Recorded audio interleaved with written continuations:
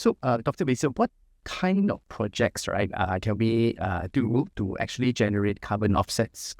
A fantastic question. So there are many carbon sequestration projects, carbon removal projects, and among them, the easier ones are like maybe reduction of energy, reduction of waste, water. There are some projects. I give you an example. There are some projects that when you plant paddy field, and the paddy field consumes a lot of water. There are certain methodologies where you can reduce the water consumption. There are certain period of time the paddy actually doesn't need any water, and if you reduce those consumption of water, those are carbon credit.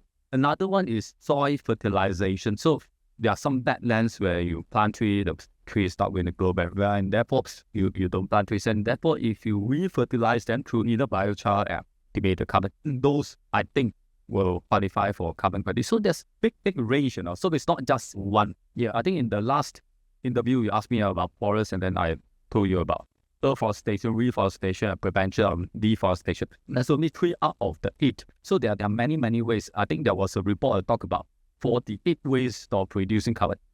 Overall, it is about verification. And today in this world, the largest verification body is BERAC. So BCS are BERAC, and second is Gold Standard, and there are others. Ultimately, we need to comply to the criteria, and without complying, no, I say bread. And so for all these carbon offsets, right, they actually help businesses reduce their emission, and they fund these projects. But I guess they need to be very transparent, and they need to be trustworthy in order to make a difference. You are absolutely right.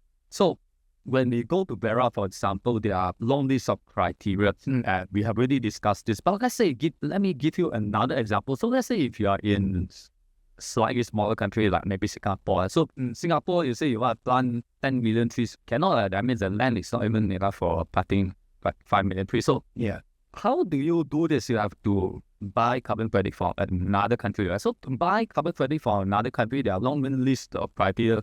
The most important criteria is Article 6.2 in the Paris Agreement. So Article 6 explains the cross-border carbon offset and purchase mechanism. 6.2 explain how carbon credits can be used. So inside 6.2, for example, there's a 7 criteria where you have to meet. So Singapore, for example, so far have only signed with 2 countries. Today is like October. So by October 2024, only signed with Ghana and Papua New Guinea. But going forward, there will be more. I suspect next month there will be more. But you have to comply to the criteria. Why is it only 2? It's because it is difficult to comply to the criteria, but I think it is so important.